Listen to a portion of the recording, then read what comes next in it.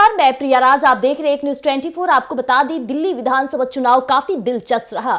इस बीच बीजेपी ने वहां काफी भारी मतों के साथ जीत हासिल की, जिसके बाद से चर्चाएं तेज हो गई। हालांकि दिल्ली विधानसभा सीट को लेकर के काफी जंग छिड़ी, बिहार में भी इसका असर देखा गया। लेकिन जैसे ही जीत का डंका बजा तो इसका असर फिर से बिहार में देखा गया।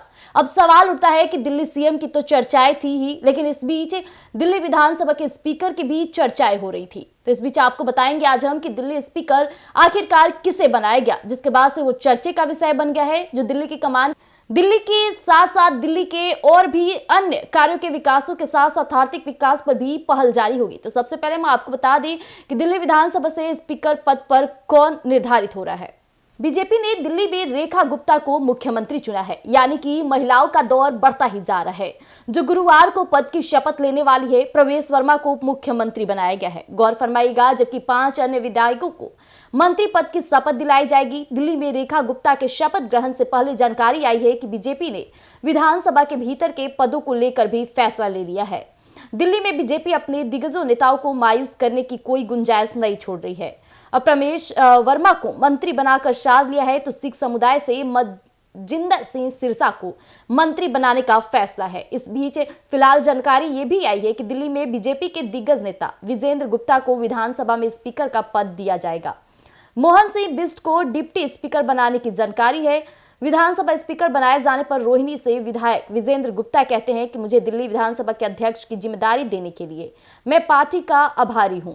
मैं अपनी जिम्मेदारी पूरी तरह निभाऊंगा। मुझे उम्मीद है कि सदन में हम स्वस्थ चर्चा करेंगे। उन्होंने कहा कि हम बहुत खुश हैं क्योंकि दिल्ली में बीजेपी की सरकार बन रही है।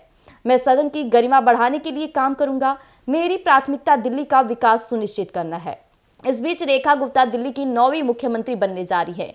वो दिल्ली की 4थी महिला मुख्यमंत्री भी होंगी। दिल्ली के उपराज्यपाल वीके सक्सेना गुरुवार दोपहर 12:35 पर रेखा गुप्ता को मुख्यमंत्री पद की शपथ दिलाएंगे। उसके बाद प्रवेश वर्मा शपथ लेंगे। आयुषूद जिंदर सिंह सिरसा, रविंद्र इंद्रात सिंह और कपिल मिश्रा और पंकज कुमार सिंह को मंत्री पद के लिए चुना गया है।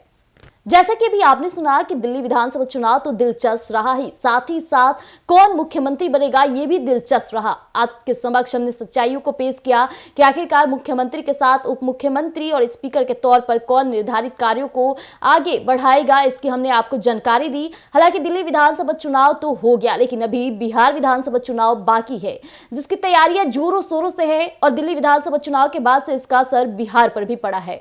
तो हो सकता है कि आने वाला बिहार विधानसभा चुनाव भी कहीं ना कहीं उन्हीं चेहरों को चुनेगा जो आगे बिहार के विकास में अपनी प्रज्वलता को दर्शाएंगे। तो ऐसे तमाम अपडेट्स के लिए बने रहिएगा एक न्यूज 24 पर। दीजिएगा इजाजत। धन्यवाद।